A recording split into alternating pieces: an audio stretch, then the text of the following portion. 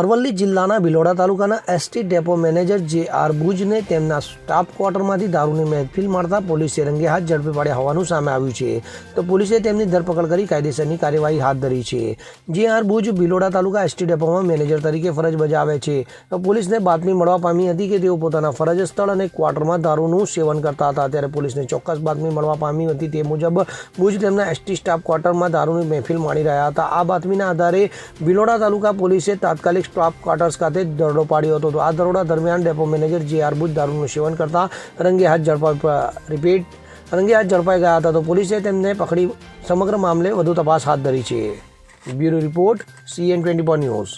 હવે જુઓ દેશ દુનિયાની તમામ ખબરો તમારી આંગળીના ટેરવે. ઉઠાવો મોબાઈલ અને Google Play Store પરથી ડાઉનલોડ કરો અમારી CN24 ન્યૂઝ મોબાઈલ એપ.